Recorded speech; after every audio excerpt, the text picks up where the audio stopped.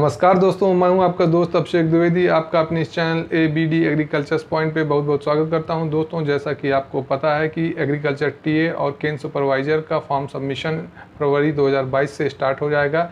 ये एग्ज़ाम जो लोग क्रैक करना चाहते हैं उनको अभी से ही तैयारी स्टार्ट कर देनी चाहिए। इसके लिए हम एक एग्रीकल्चर MCQs की सीरीज स्टार्ट करने जा रहे हैं। वीडियो स्टार्ट करने से पहले जिन लोगों ने अभी तक चैनल को सब्सक्राइब नहीं किया है, पहले वो चैनल को सब्सक्राइब कर लें और ज़्यादा से ज़्यादा लोगों तक शेयर करें। अगर वीडियो अच्छी लगे तो लाइक एंड शेयर ज़रूर करें। चलिए स्टार्ट करते हैं वीडियो।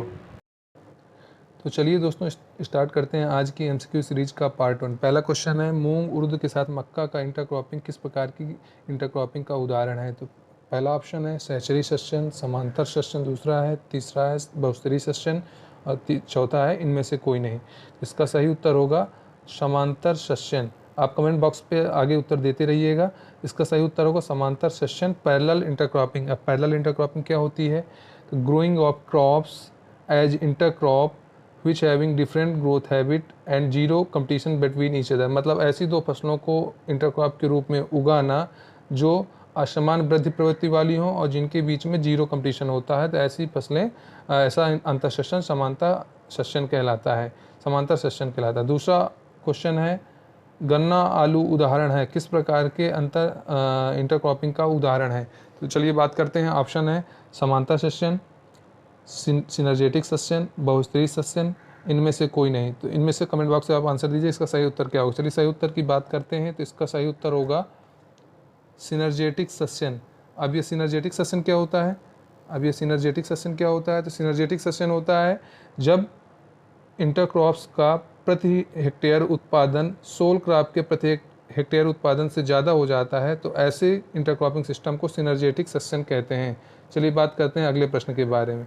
अगला प्रश्न कह रहा है, मुख्य फसल पंक्ति के बीच रिक्त स्थान में दूसरी अंतर शस्य फसल पंक्ति को लगाना क्या कहलाता है। तो इसका ऑप्शन है प्रतिस्थापन सस्यन, जिसको बोलते हैं रिप्लेसमेंट सीरीज, योगात्मक सस्यन, एडिटिव सीरीज, मिश्रित सस्यन, मिक्स्ड क्रॉपिंग, इनमें से कोई नहीं। तो इसका सही उत्तर होगा योगात्मक सीरीज, क्योंकि दो मुख्य फसलों के बीच में जब किसी तीसरी इंटरक्रॉप को लगाया जाता है तो ऐसी सीरीज को बोलते हैं योगात्मक सस्यन, ऐसी इंटरक्रॉपिंग को बोलते हैं योगात्मक सस्यन। लेकिन जब किसी मुख्य पंक्ति को हटाकर उसमें इंटरक्रॉपिंग की जाती है तो उसको बोलते हैं प्रतिस्थापन सस्यन। तो यहाँ पर क्लियर है कि योगात्मक सस्यन क्या होगा, जब दो मुख्य पंक्तियों के बीच में या तो उनकी स्पेसिंग को एडजस्ट करके या उनके बीच में ही क्रॉप को लगा दिया जाता है, क्रॉप पंक्ति को लगा दिया जाता है, तो ऐसे को बोलते हैं योगात्मक सस्यन। और जब एक मुख्य पंक्ति को हटाकर इंटरक्रॉप किया जाता है तो उसको बोलते हैं प्रतिस्थापन सस्यन। तो चलिए बात करते हैं अगले प्रश्न के बारे में।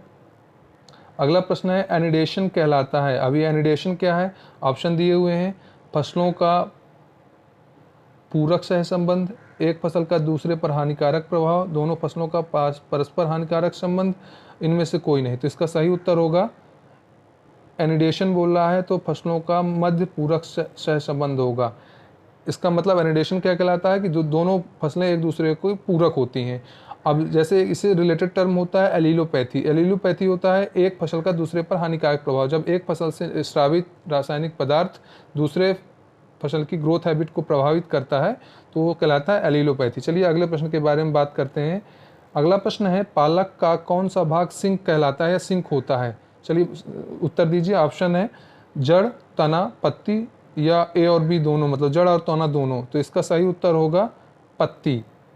इसमें पत्ती होगा, लेकिन जनरली सीरियल्स में दाने वाले भाग को सिंक कहा जाता है।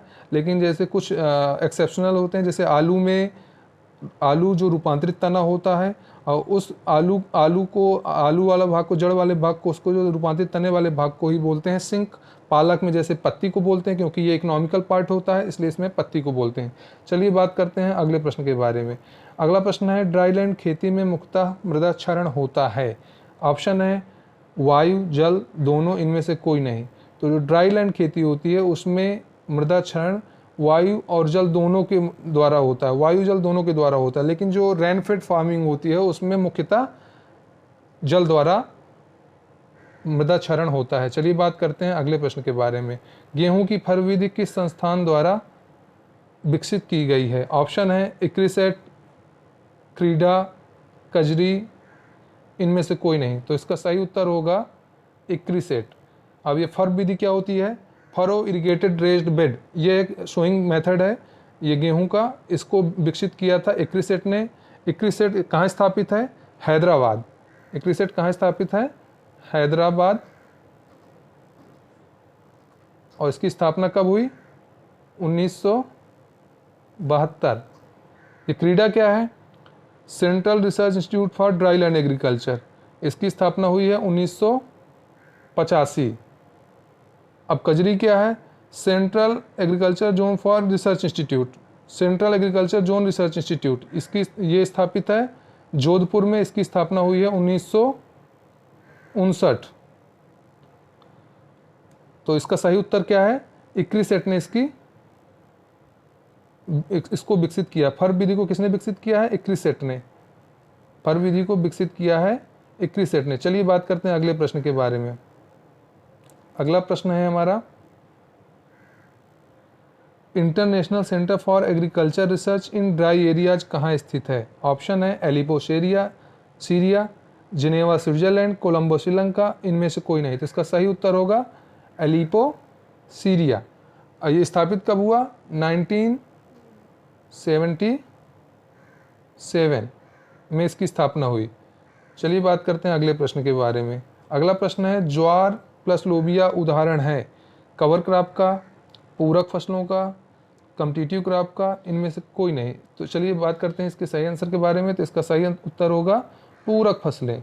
जो ज्वार और लोबिया है एक दूसरे की पूरक होती हैं। लोबिया ज्वार को नाइट्रोजन स्थिरीकरण करके नाइट्रोजन उपलब्ध कराती है और ज्वार उसको फिजिकल सपोर्ट अवेलेबल करता है। चलिए बात करते हैं अगले प्रश्न के बारे में। एग्जॉस्टिव क्रॉप कहलाती है जो मृदा उर्वरता को बढ़ाती है। ऑप्शन है पहला, मृदा उर्वरता में ह्रास करती है, दोनों, घटाती और बढ़ाती दोनों है, इनमें से कोई नहीं। तो इसमें से सही उत्तर क्या होगा?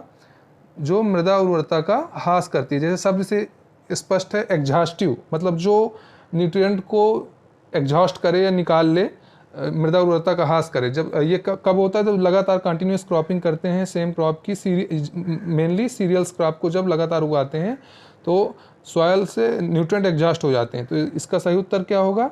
मृदा उर्वरता में ह्रास। तो चलिए आज की सीरीज में 10 प्रश्न हुए। कल अगली सीरीज में पार्ट 2 में भी 10 प्रश्न हमने इंपॉर्टेंट प्रश्न जो एग्रीकल्चर केन सुपरवाइजर और एग्रीकल्चर टीए में पूछे जाएंगे। तो जुड़े रहिए वीडियो के साथ। अगर वीडियो अच्छी लगे तो वीडियो को लाइक एंड शेयर जरूर करें और ज़्यादा से ज़्यादा दोस्तों को शेयर करें।